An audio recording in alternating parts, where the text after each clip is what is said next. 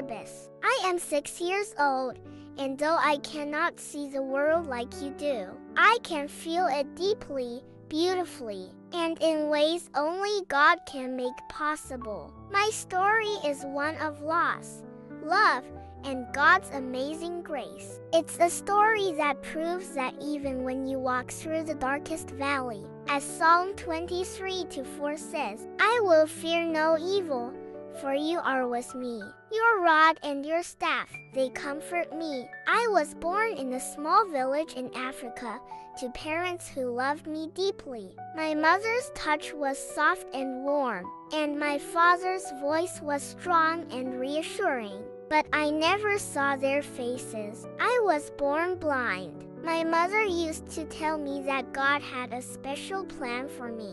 Even though I couldn't see the sunlight or the stars, she would sing me songs about Jesus, about how he heals, provides, and loves unconditionally. But when I was just a baby, something happened. My parents were gone. I survived, but I lost everything: my parents, my home, and any chance of seeing the faces of the people who loved me. It was a time of great darkness, both physically and emotionally. But even then, God's hand was on my life. Psalm 68:5 says, A father to the fatherless, a defender of widows, is God in his holy dwelling. I didn't know it yet, but God was about to become my father in ways I could not imagine. After the fire, I was taken to an orphanage. It was a humble place, but the people there were kind.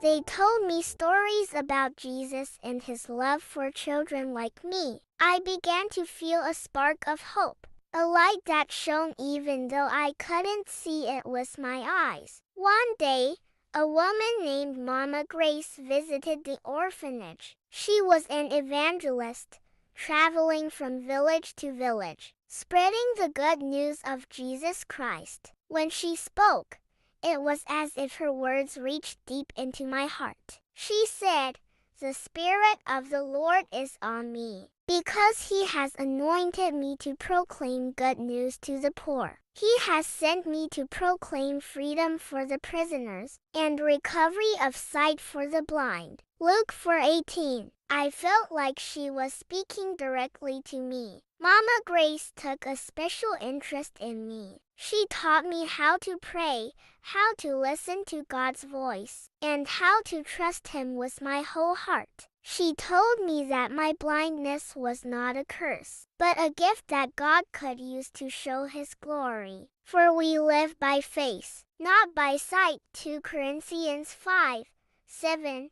She would remind me. It was during one of these lessons that I decided to give my life to Jesus.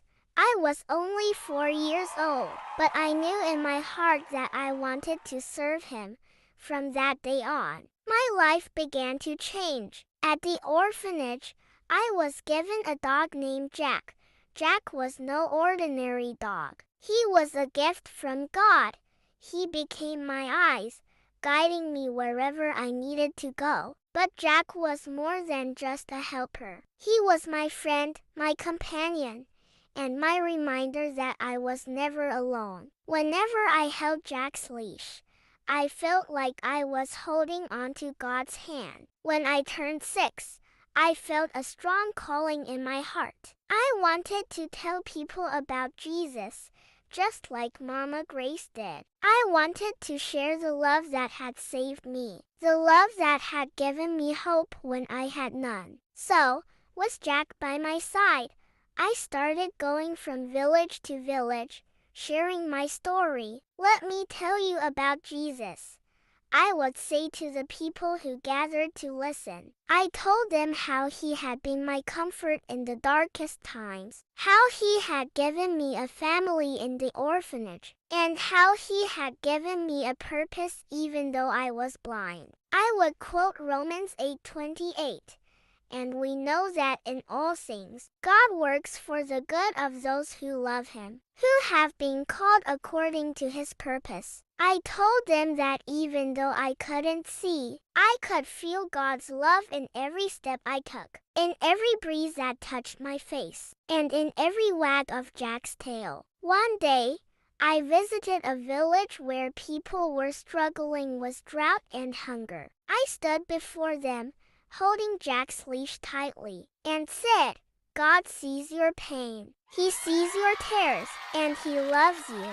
I shared the story of Hagar, who called God El Roi, the God who sees, because He saw her in her distress. Genesis 16:13. As I spoke, I could hear people crying. I told them that Jesus said in Matthew 11:28, Come to me, all you who are weary and burdened, and I will give you rest. By the end of that day, many people had come forward to give their lives to Jesus. Jack and I continued our journey, visiting schools, markets, and churches. Each time, I shared how God had been my strength. I told them about the fire, about losing my parents, and about how Jesus had become my everything. I told them that even though I couldn't see the world, I could see God's love shining brightly in my heart. One of my favorite Bible verses is Psalm 27:10.